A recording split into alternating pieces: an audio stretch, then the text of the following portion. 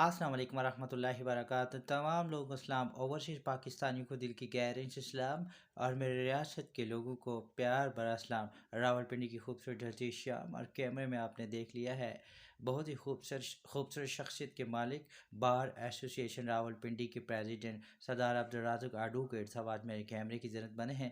سر، آپ کا بہت شکریہ کہ آپ نے کچھ پل میرے نام۔ Welcome to my channel, like, subscribe and press the bell icon۔ السلام علیکم۔ وعلیکم السلام۔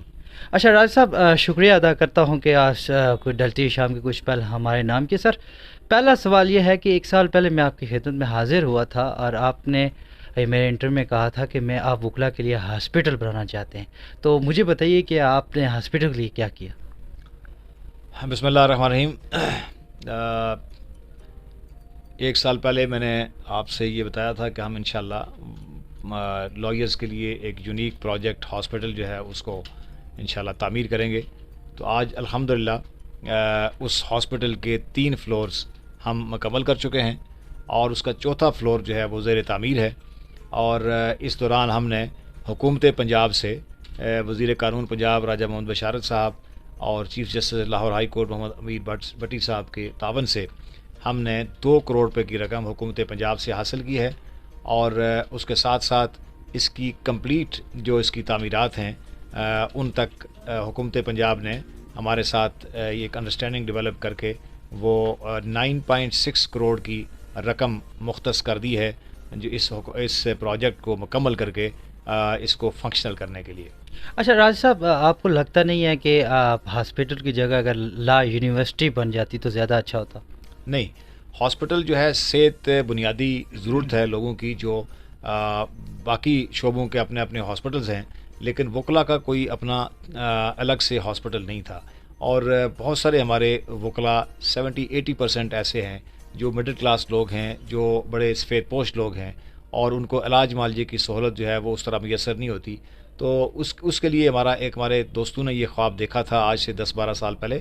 ہم نے پھر اس خواب کو پایا تکمیل تک پہنچانے کے لیے الحمدللہ اس میں ایک بڑا پروگرس کی ہے، بڑی پیش رفت کی ہے، اور یہ یونیورسٹیز جو ہیں وہ باقی جگہوں پہ بھی اویلیبل ہیں، وہ آپ کو مل سکتی ہیں، لیکن اگر آپ کی صحت کا آپ کو کوئی سہولت نہیں ہوگی تو پھر آپ کے لیے باقی ساری چیزیں بے معنی ہو جاتی ہیں۔ تو ہاسپٹل بڑا ضروری تھا، ایک ضروری پروجیکٹ تھا، اور الحمدللہ اب ہاسپٹل کی جو خواب ہے انشاءاللہ وہ ہمیں مکمل ہوتا ہوا دکھائی دے رہا ہے۔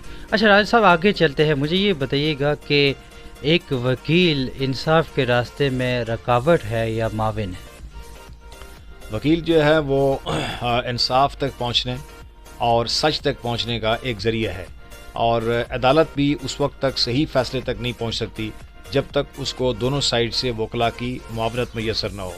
تو جتنی وکلا کی معاونت اچھی ہوگی اتنا ہی فیصلہ صحیح ہوگا، اور اتنا ہی انصاف کی فراہمی میں آسانی پیدا ہوتی ہے۔ اچھا راجا صاحب، ہمارا جو سسٹم ہے، عدالتی نظام ہے، ہمارا جو انصاف کا سسٹم ہے، وہ اسلام سے کتنے دور اور کتنے قریب ہے؟ دیکھیں، ہمارا آئین جو ہے اس کا پریمبل ہے جس میں قرارداد مقاصد اس کا بنیادی جزو ہے، اور ہمارا آئین جو ہے وہ پاکستان میں اسلامی قوانین کی ضمانت دیتا ہے، اور ایسے تمام قوانین جو اسلام سے متصادم ہوں ان کو وائڈ ڈکلیئر کرتا ہے۔ تو اس لیے ہمارے قوانین جو ہیں ان کو بھی اسلام سے ہم آہنگ کرنے کے لیے بہت حد تک مناسب ترامیم ہو چکی ہیں، اور مزید بھی یہ کام ایک ارتقائی منازل میں یہ چلتا رہتا ہے۔ تو میں سمجھتا ہوں کہ پاکستان کے قوانین جو ہیں ان کو، اور پاکستان کا آئین بھی جو ہے وہ ایک اسلامی قوانین اور پاکستان کو اسلام سے ہم آہنگ قوانین کی طرف جو ہے وہ لے جانے کی ضمانت دیتا ہے۔ اچھا، ایک وکیل کی شرعی حیثیت کیا ہے سر؟ وکیل کا لفظ جو ہے وہ قرآن پاک میں اللہ تعالیٰ کے پاکیزہ نام کے طور پر استعمال ہوا ہے، اور ہمارے پیارے نبی حضرت محمد مصطفیٰ صلی اللہ علیہ وآلہ وسلم نے قربانی کا جانور خریدنے کے لیے حکیم بن خرام کو اپنا وکیل مقرر کیا تھا۔ آپ صلی اللہ علیہ وسلم نے حضرت میمونہ سے شادی کے لیے ابو رافع کو اپنا وکیل مقرر کیا تھا۔ تو وکیل کا بنیادی طور پر جو کنسیپٹ ہے وہ یہ ہے کہ عدالت میں مختلف فریق ہوتے ہیں، اور وہ ان کا اپنا موقف ہوتا ہے، اور ان کا موقف عدالت میں پہنچانے کے لیے وکیل ایک کارساز کا کام ادا کرتا ہے، ایک معاون کا کام کرتا ہے. تو وکیل شرعی لحاظ سے بھی اور ہمارے جو انگلش لیگل سسٹم ہے اس کے لحاظ سے بھی وکیل کا ایک کانسیپٹ موجود ہے اور وکیل کی ایک ضرورت موجود ہے. تو اس کے مطابق وکالت کا جو پروفیشن ہے یہ ایک دنیا کا بہترین پروفیشن ہے، اور یہ انصاف کا جو نظام ہے اس میں وکیل کا ہونا ناگزیر ہے. اچھا راضی صاحب، مجھے یہ بتائیے گا کہ ہمارا جو عدالتی نظام ہے وہ کب بدلے گا سر؟ کہتے ہیں کہ ایک یہاں پر انصاف کے لیے حضرت نوح علیہ السلام کی عمر، حضرت قارون کا خزانہ اور حضرت ایوب علیہ السلام جیسا صبر چاہیے، پھر جا کے جو ہے وہ کہیں سے آپ کے بارے میں کوئی فیصلہ کیا جا سکتا ہے. تو کیسے ہمارا یہ ٹرینڈ چینج ہوگا کہ کسی سستا اور فری قانون کیسے مہیا کیا جا سکتا ہے؟ دیکھیں، ہمارا عدالتی نظام کافی حد تک بہتر پوزیشن میں آ چکا ہے، لیکن ابھی بھی اس میں بہت ساری اصلاحات کی ضرورت ہے تاکہ جو سستا اور فوری انصاف ہے وہ لوگوں کو فراہم کیا جا سکے. تو اس کے لیے ضروری ہے کہ مناسب قانونی اصلاحات کی جائیں، اور خاص طور پر جو دیوانی قوانین ہیں ان میں ترامیم لائی جائیں. ہمارے فوجداری قوانین میں کافی حد تک ترامیم آ چکی ہیں اور ابھی کچھ پائپ لائن میں بھی ہیں، اور آپ دیکھیں گے کہ ہمارے ہاں فوجداری قوانین کے فیصلے اب جلد ہونا شروع ہو گئے ہیں. لیکن جو دیوانی مقدمات ہیں وہ دادا مقدمہ شروع کرتا ہے تو اس کا پوتا یا پڑ پوتا جو ہے وہ آ کے پھر اس کیس کے فائنل سٹیج تک وہ اس کو پرسو کرتا ہے. تو یہ میں سمجھتا ہوں کہ ہمارے انصاف کے اس نظام کے اوپر ایک بڑا داغ ہے. اس کو دھونے کے لیے ضروری ہے کہ مناسب قانونی اصلاحات کی جائیں، اور جو دیوانی مقدمات ہیں ان کی جلد ڈسپوزل کے لیے نہ صرف قانونی ترامیم کی جائیں بلکہ ججز کی تعداد میں ایک حد تک اضافہ کیا جائے تاکہ ججز کے اوپر جو لوڈ آف ورک ہے وہ کم ہو اور مقدمات کے فیصلے جلد ہو سکیں. اچھا سر، آگے چلتے ہیں، مجھے یہ بتائیے گا کہ پاکستانی اور کشمیر کی عدالتوں میں کیا فرق؟ پاکستان کے اندر آزاد کشمیر کے مقابلے میں زیادہ بہتر ایک عدالتی نظام موجود ہے، اور عدالتیں زیادہ مضبوط بھی ہیں ایک ادارے کی حیثیت سے. آزاد کشمیر میں یہ ذرا ابھی کچھ پچھلے عرصے سے اس میں ایک ڈکلائن آیا تھا.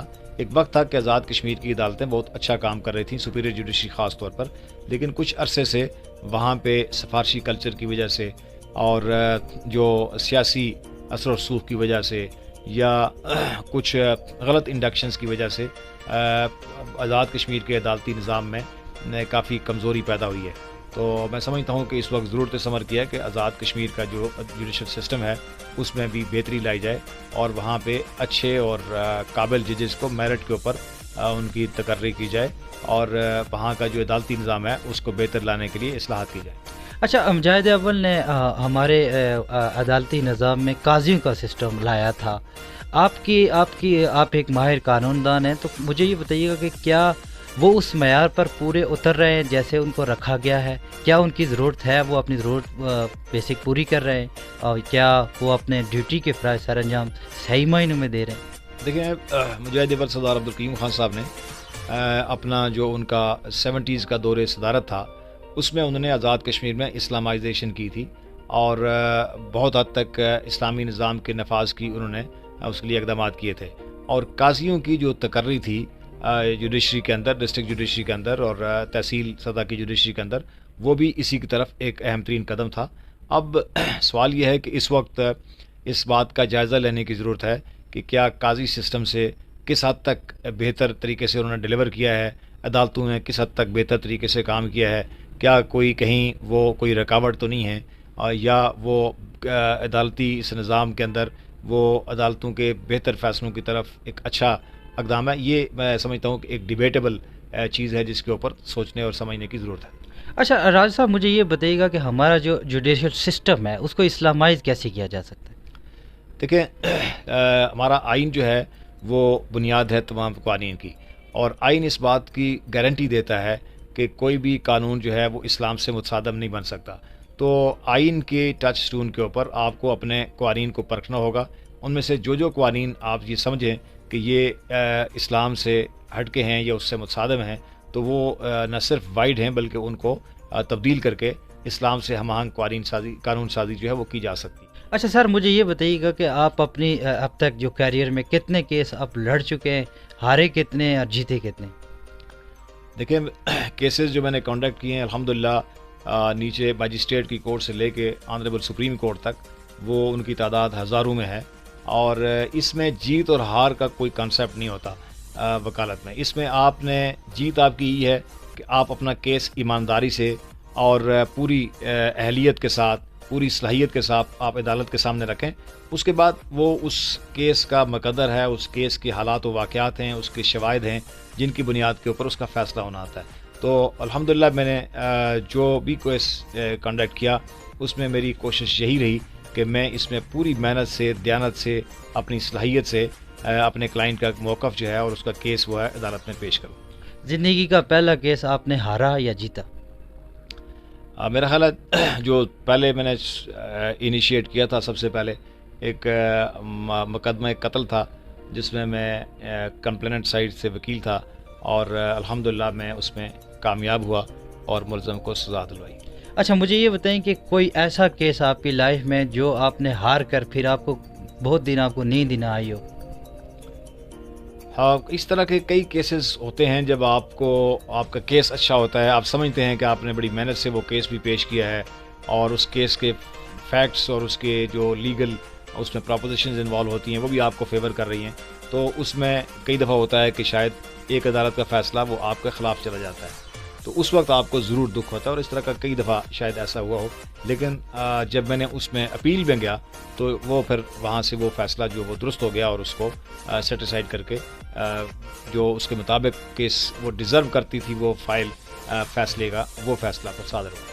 اچھا سر، آپ کا تعلق ریاست کشمیر سے ہے، مجھے یہ بتائیے گا کہ آپ نے میٹرک وہیں سے کی تھی اور پھر یہاں آ کے آپ سپریم کورٹ کے وکیل بنے ہیں اور بڑے کامیاب ہوئے ہیں، آپ وہاں کے لوگوں کو پیغام کیا دیں گے؟ اور پھر جونیئر طبقہ جو جلدی اوپر آنا چاہتا ہے ان کے نام آپ پیغام کیا کریں گے؟ ان کی کس طرح سے آپ اصلاح کریں گے؟